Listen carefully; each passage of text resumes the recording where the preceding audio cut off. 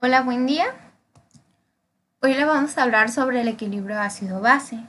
Nuestro equipo está conformado por Belis Ayone Berardo,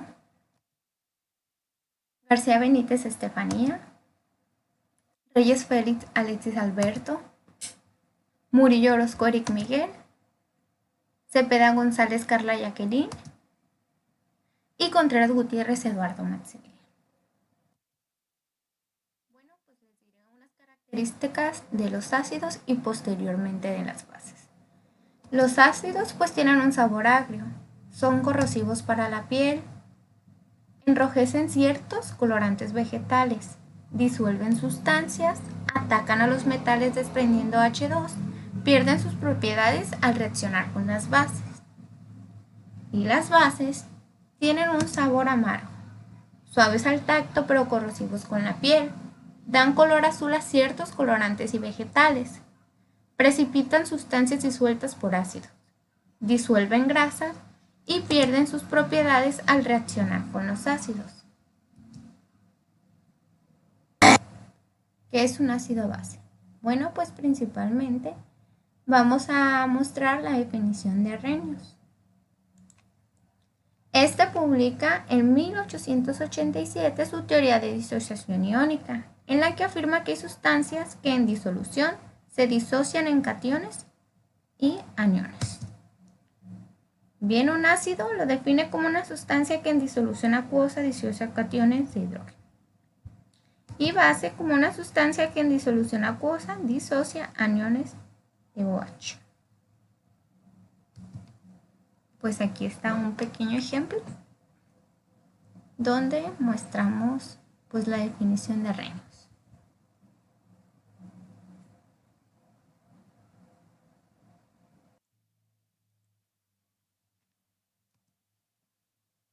Bien, pues seguimos con la teoría de Bronsted-Lowry.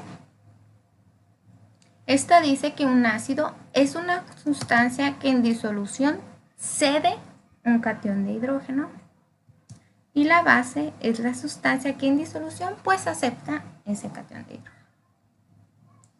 Para ácido base conjugado, como ya mencionábamos, siempre que una sustancia se comporta como ácido, hay otra que se comporta como base. Cuando un ácido pierde el catión de hidrógeno se convierte en su base conjugada y cuando una base captura un catión de hidrógeno se convierte en un ácido conjugado. Pues seguimos con la teoría de Lewis. Esta teoría menciona que un ácido es una sustancia que contiene al menos un átomo capaz de aceptar un par de electrones y formar un enlace covalente coordinado.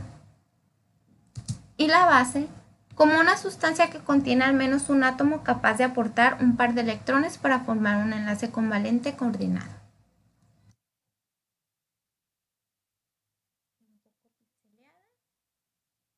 Pero pues aquí podemos observar lo ya mencionado en esta teoría. Los ácidos son sustancias que en disolución ejercen una acción corrosiva sobre los metales. Los bases son compuestos que también disueltos son de textura untuosa y estos al combinarse se neutralizan entre sí para dar lugar a la formación de sales, sustancias que presentan caracteres químicos netamente diferenciados de los compuestos ácidos o básicos de los que se derivan. La fuerza en ácidos y bases es el grado de disociación o inosociación de estos en disolución acuosa. No todos los ácidos o bases poseen la misma capacidad para disociarse, ya que ya que hay ácidos mejores donadores de protones que otros. Los ácidos fuertes son aquellos que transfieren totalmente sus protones al agua y no quedan moléculas sin disociar en disolución. Y las bases débiles son especies que aceptan parcialmente los protones disponibles en disolución o los extraen desde el agua, con el cual se forma el ácido conjugado y los iones. Un ejemplo común es el amoníaco. Las bases fuertes se disocian completamente liberando sus iones OH. Un ejemplo claro sería el hidróxido de sodio. Y los ácidos débiles son los que se disocian solo parcialmente en disoluciones acuosas y por lo tanto existen como una mezcla del ácido en la que parte se encuentra como especie molecular, la otra como especie disociada. Uno entre los ejemplos más comunes es el ácido acetílico. Un ácido fuerte produce una base débil y una base débil produce un ácido fuerte. Una base fuerte produce un ácido débil y un ácido débil produce una base fuerte. Mi nombre es Eric Miguel Murillo Orozco y yo les voy a hablar sobre la autoprotólisis. Se denomina autoprotólisis al equilibrio químico que presentan las moléculas de agua con los iones hidrógeno e hidroxilo en el interior de una muestra de agua pura. Algunas moléculas pueden reaccionar entre ellas de tal forma que una de las moléculas le pueda acceder a otra adyacente y así suficientemente aproxima un protón.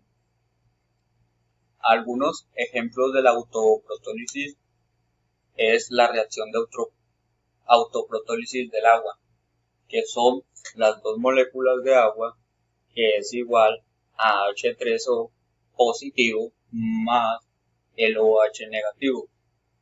Para que pudiera quedar un poco más explicado, aquí hay una imagen donde se muestran las dos moléculas de agua y el equilibrio químico, que son los tres hidrógenos y el oxígeno positivo, más el OH negativo. Otro ejemplo de otra autoprotólisis es la autoprotólisis del metanol, que aquí están las dos moléculas del metanol, que es igual a CH3 o H2 positivos más el CH3O negativo. Esta sería la autoprotólisis del metanol y esta la autoprotólisis del agua. Bueno, yo les voy a decir cómo calcular el pH. El pH es una solución acuosa que se calcula a partir del protón del hidrógeno y vamos a utilizar la siguiente ecuación. El pH es igual a el negativo del logaritmo por la concentración de hidrógeno. Aquí tenemos un pequeño ejemplo para que quede un poco más claro. Si tenemos una solución con la concentración de hidrógeno, que es el 1 por 10 a la menos 5 molar, entonces podemos calcular el pH mediante la fórmula que acabamos de ver.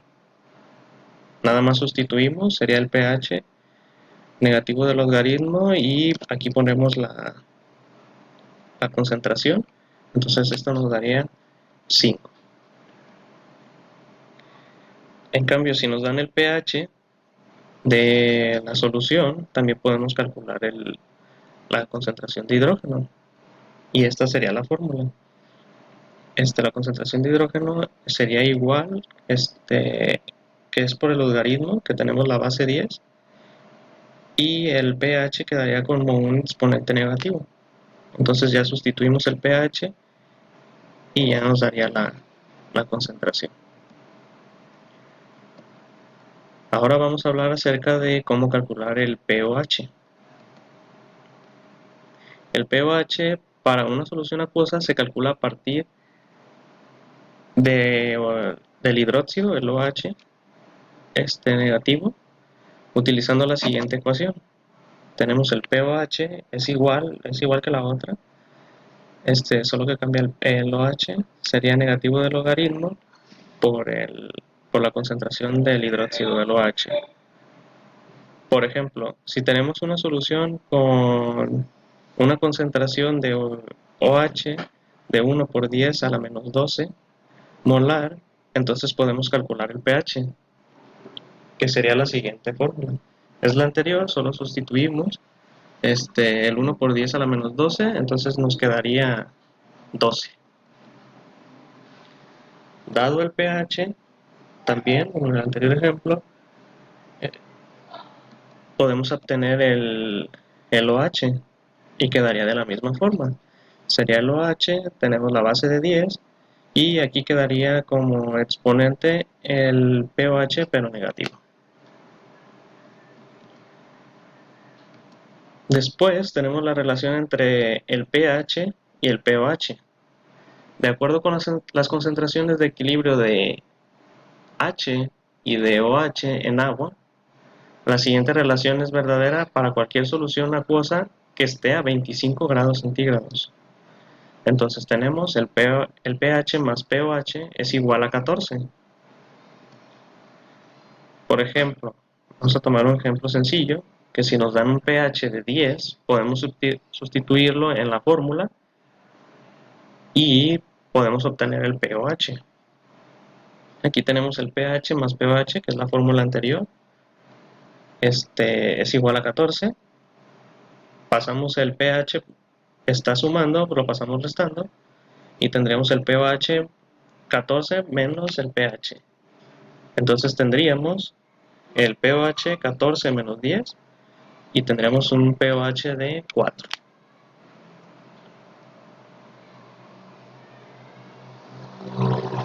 Y por último, veríamos un ejemplo. Y dice, si usamos un milimol de hidróxido de sodio para hacer un litro de una solución acuosa a 25 grados, ¿cuál sería el pH de esta solución? Ok, tenemos entonces para sacar la molaridad, la concentración molar, tenemos que cambiar, que tenemos que convertir los milimoles a mol. Entonces aquí tenemos ya la conversión, que es 1 por 10 a la menos 3 mol de hidróxido de sodio sobre el litro para calcular la concentración molar. Entonces tendríamos esta concentración, que sería 1 por 10 a la menos 3 molar de hidróxido de sodio. Entonces aquí tenemos la disociación, cuando entra en contacto con el agua del hidróxido de sodio, tendríamos el sodio y tendríamos el hidróxido por separado. Y teniendo esto, sabemos que si un mol de hidróxido de sodio reacciona, tendríamos un mol de hidróxido. Entonces la concentración sería la misma. Tendríamos aquí que el hidróxido de sodio es igual a la concentración del hidróxido, entonces sería la misma concentración, que es la que ya tuvimos acá. Entonces aquí podríamos utilizar la fórmula para el pOH. Tenemos pOH menos este logaritmo por la concentración del OH. Sustituimos aquí, que sería el 1 por 10 a la menos 3, y nos daría un resultado de 3.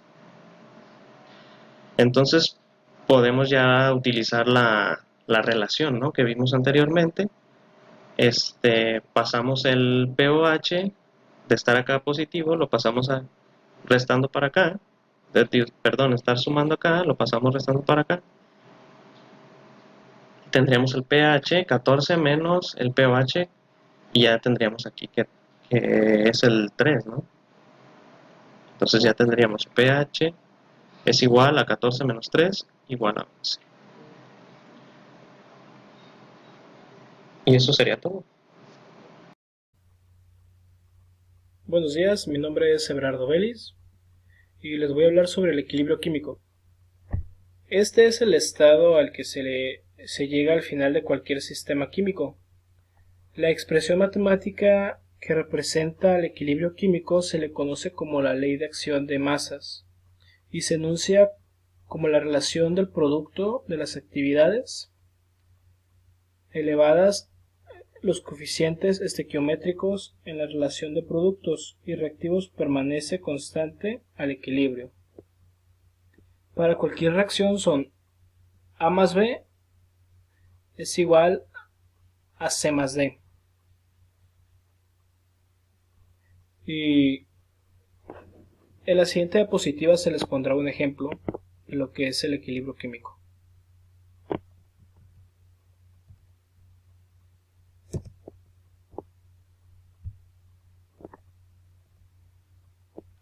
¿Cómo se calcula el pH del buffer? Es un sistema que mantiene el pH casi constante cuando se agregan ácidos o se agregan bases. Es una solución amortiguadora, reduce el impacto de los cambios drásticos de los ácidos y de las bases. Los componentes son el buffer ácido y el buffer básico. El buffer ácido está formado por un ácido débil y su sal. Un ejemplo de ello es el CH3COH y el CH3CONA, y el buffer básico, formado por una base débil y su sal. Un ejemplo es el NH3 y el NH4Cl. La ecuación de Henderson-Hasselbalch. Para los ácidos es el pH es igual a pK más el logaritmo de sal entre el ácido, donde pK es igual a menos logaritmo de K. Y para las bases es el pOH es igual a pKb más el logaritmo de sal entre la base, donde pKb es igual al menos el logaritmo de Kb. Los procedimientos para calcular el pH de las soluciones de buffer son el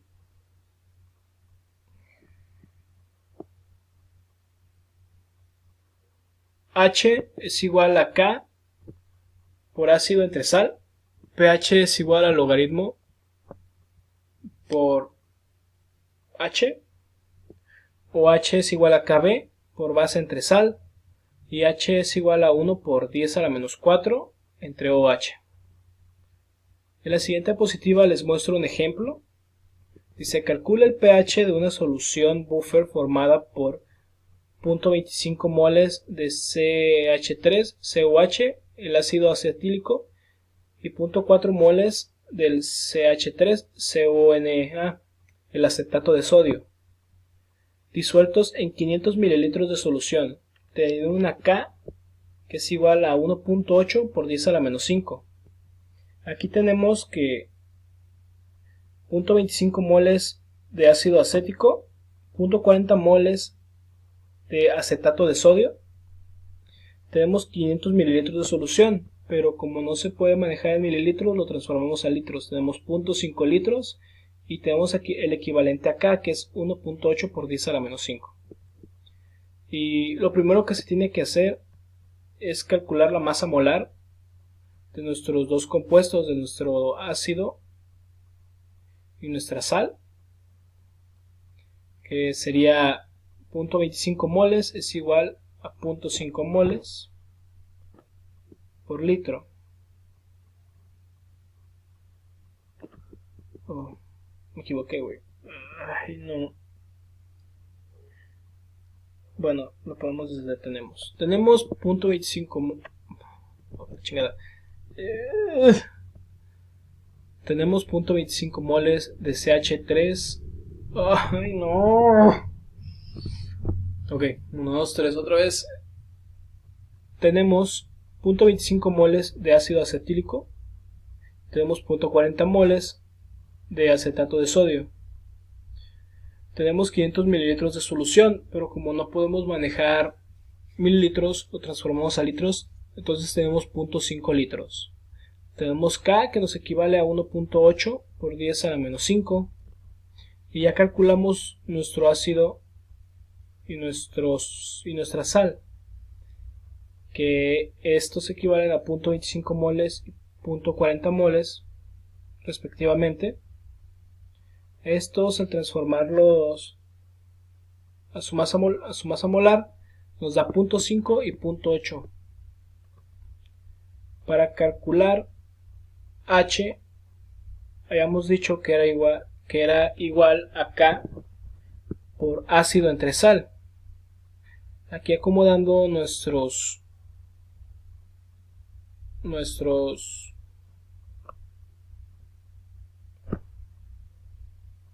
números, tenemos que 1.8 por 10 a la menos 5 por 0.5 entre 0.8 nos da un total de 1.125 por 10 a la menos 5. Ya moviéndolo hacia el pH, tenemos un pH que es igual al logaritmo de 1.25 de 1. Ya moviéndolo al pH tenemos que es igual a menos el logaritmo de 1.125 por 10 a la menos 5, que esto nos da un resultado de 4.94.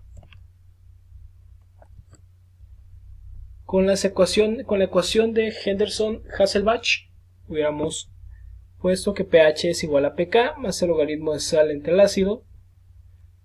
despejamos el logaritmo de K, despejamos PK, que es igual a menos el logaritmo de K.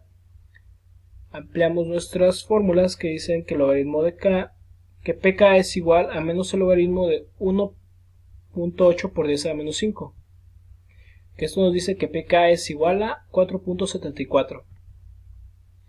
Ya moviéndolo junto con el, ya regresando, tenemos que pH es igual a 4.74 más el logaritmo de 0.8 entre 0.5. Que esto nos da que pH es igual a 4.74 más 0.20. Que esto nos da el resultado de 4.94. Nos dio el mismo resultado, pero usamos un procedimiento más corto y más sencillo, y no nos dio el mismo resultado. Otra vez nos dio el mismo resultado, siendo esto 4.94 en los dos, ya que es es casi el mismo procedimiento, solamente que un poco más corto en este y más sencillo. Muchas gracias.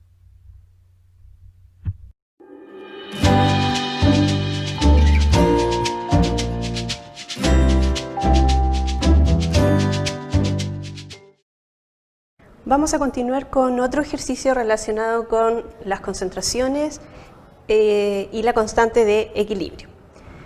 Este ejercicio consiste en determinar cuando la reacción de yodo con hidrógeno para formar yoduro de hidrógeno, cuando llega al final, cuando se establece el equilibrio, cuáles serían esas concentraciones en el estado final, cuando ya no se observa, ¿cierto?, variación en ellas, si nosotros introducimos en un recipiente de 1 litro, si se introducen 0,1 mol de hidrógeno y 0,1 mol de yodo. Entonces sabemos que al inicio de la reacción nosotros vamos a tener en el recipiente 0,1 mol de cada uno de los reactivos. Y sabemos que la reacción va a empezar, ¿cierto?, a suceder a medida que transcurre el tiempo y se va a comenzar a formar el yoduro de hidrógeno. Y una vez que ya la reacción llegue al estado final, cuando no se observe cambio en las concentraciones, vamos a determinar cuál es el valor de esas concentraciones. ¿Cuál sería la concentración de hidrógeno, de yodo y de yoduro de hidrógeno cuando se establece el estado de equilibrio? En este recipiente de 1 litro, en donde se introducen los 0,1 mol de cada uno de los reactivos, está a una temperatura de 425 grados Celsius. Recuerden que es importante determinar a qué temperatura se lleva a cabo la reacción, porque la constante de equilibrio depende, ¿cierto?, de la temperatura. Entonces, el análisis que vamos a realizar para determinar cuáles serían las concentraciones en el equilibrio es establecer, ¿cierto?, según la reacción debidamente equilibrada, una condición inicial, ¿cierto?, al comenzar nuestra reacción, una situación de cambio. Sabemos que a medida que transcurre la reacción va a haber un cambio, porque van a disminuir la concentración de reactivo en este caso y va a aumentar la concentración de producto. Y luego, ¿cierto?, de que ocurre ese cambio, llega a un estado en donde ya no hay variación y nosotros sabemos que ese estado es del equilibrio. Entonces tenemos esta tablita, ¿cierto?, que se denomina ICE, porque vamos a establecer las condiciones iniciales, cambio y equilibrio. Entonces, inicialmente, en lo que vamos a introducir a nuestro recipiente de 1 litro, vamos a tener 0,1 mol de hidrógeno, 0,1 mol de yodo, pero inicialmente no hay producto, solamente al inicio de la reacción nosotros tenemos los reactivos, por lo tanto la concentración del producto es 0. Aquí no tenemos producto todavía, no se ha formado producto, ¿cierto? Por lo tanto esa concentración es 0. A medida que la reacción comienza a transcurrir, ¿cierto?, entonces los reactivos se van a juntar, se van a unir, ¿cierto?, se van a activar las moléculas, va a haber el rompimiento del enlace y por lo tanto se va a formar el yoduro de hidrógeno. ¿Esto qué significa? Que estos moles de los reactivos van a comenzar a disminuir, ¿cierto?, y los moles del producto entonces van a comenzar a aumentar. Entonces, esto es lo que ocurre en el cambio. En el cambio, ¿cierto?, los moles de reactivo disminuyen y por eso aquí, ¿cierto?, un signo negativo. No sabemos en qué cantidad disminuyen esos moles de cada uno de los reactivos, por lo tanto, como desconocemos en qué cantidad están disminuyendo, le vamos a colocar, ¿cierto?, como una incógnita, que en este caso es X. Esto entonces es lo que ocurre con el hidrógeno. El yodo, como también es un reactivo, también va a comenzar a disminuir, por lo tanto menos. Y va a disminuir en la misma cantidad, ¿cierto?, que disminuye el hidrógeno. También disminuye entonces menos X. ¿Por qué disminuyen en la misma cantidad? Eso lo sacamos de nuestra reacción balanceada, ¿cierto?, de la estequiometría de la reacción. ¿Qué dice la estequiometría? Que un mol de hidrógeno reacciona con un mol de yodo. Por lo tanto, si esto disminuye en menos X, la cantidad de moles, ¿cierto?, de yodo también es igual, ¿cierto?, porque está establecido en nuestra reacción balanceada. Entonces también disminuye en menos X moles. ¿Qué está sucediendo en ese momento con los productos? O sea, en este caso tenemos un solo producto, está aumentando porque se está formando el producto. Entonces, tenemos acá el signo positivo, ¿cierto?, porque los moles de producto ahora comenzaron a aumentar. Y estos moles de producto están aumentando en más 2X. ¿Por qué 2X? Porque lo tenemos que sacar de la estequiometría de la reacción. La reacción me dice que si tenemos un mol de hidrógeno, se estarían formando 2 moles de yoduro de hidrógeno. Por lo tanto, si esto disminuye en menos X, esto tiene que aumentar el doble, es decir, en 2X. ¿Cierto? Podemos hacer el análisis también con el yodo. Aquí, ¿cierto?, tenemos un mol de yodo que estaría formando 2 moles de yoduro de hidrógeno. Entonces, si disminuye en menos X, entonces el yoduro de hidrógeno estaría aumentando en 2X, que es la cantidad de moles, ¿cierto?, que se están convirtiendo desde reactivos a productos. Luego, cuando en la reacción en este sistema se establece el equilibrio, ya no va a haber cambio en las concentraciones. ¿Ya? Estas concentraciones van a permanecer constantes. Y entonces en el equilibrio vamos a sumar los dos procesos, lo que teníamos al inicio más el cambio.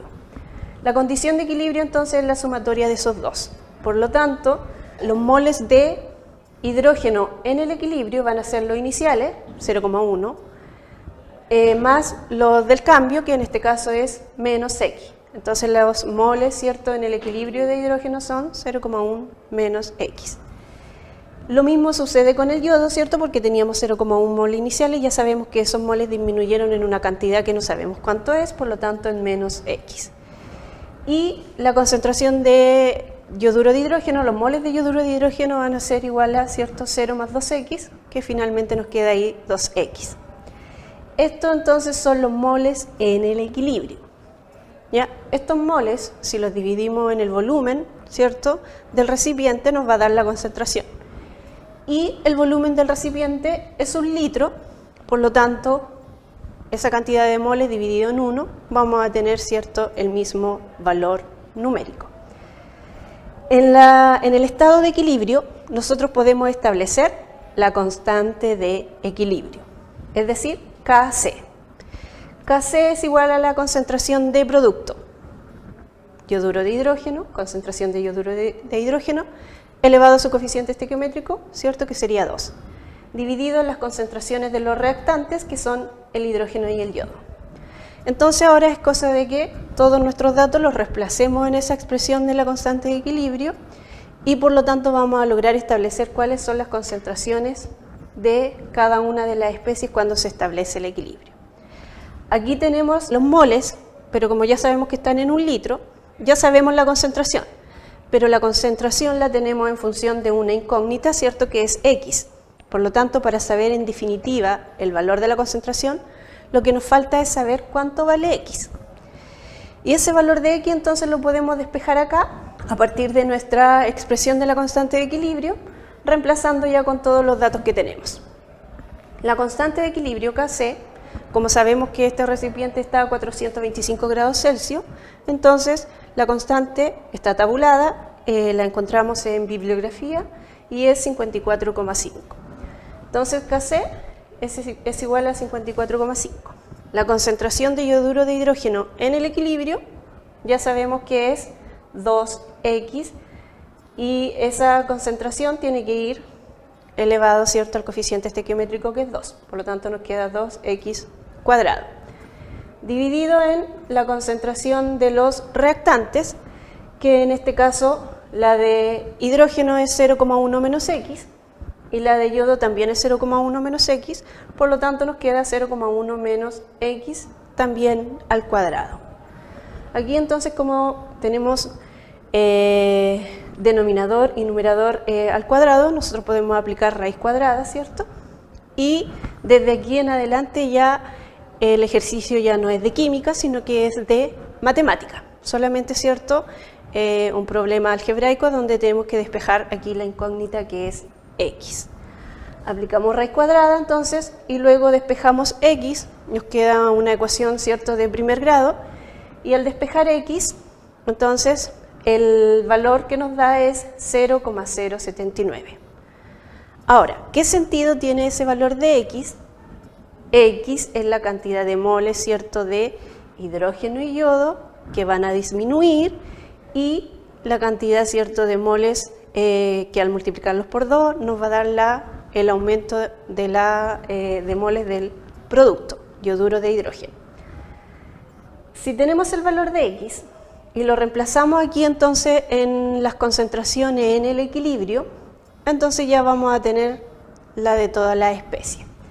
La concentración de hidrógeno ya sabemos que en el equilibrio es igual a la de yodo, ¿cierto?, que es 0,1 menos x.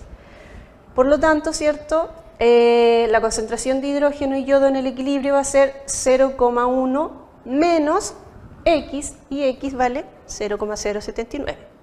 Entonces 0,1 menos 0,079 nos da 0,021 mol partido por litro. Recuerden que aquí estos moles están en un recipiente de 1 litro. La concentración de yoduro de hidrógeno cuando se establece el equilibrio es igual a 2x. Por lo tanto, ¿cierto?, nosotros reemplazamos aquí el valor de x, que es 0,079, lo multiplicamos por 2 y vamos a tener la concentración del producto en el equilibrio. Entonces, cuando ya no hay variación en las concentraciones, yo sé que los moles por litro de yoduro de hidrógeno tienen que ser igual a 0,158.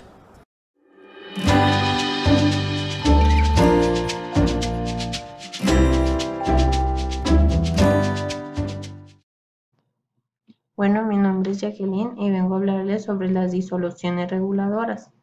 Las disoluciones reguladoras son también llamadas como tapón. Estas tienen la cualidad de mantener su pH prácticamente constante, aun cuando se diluya o se agreguen cantidades moderadas de ácidos o bases. Las disoluciones están formadas por un ácido débil y una sal que contiene una base conjugada, así como el ácido acético y el acetato de sodio. También tenemos una base débil y una sal que contiene su ácido conjugado, así como el amoníaco y el cloruro de amonio.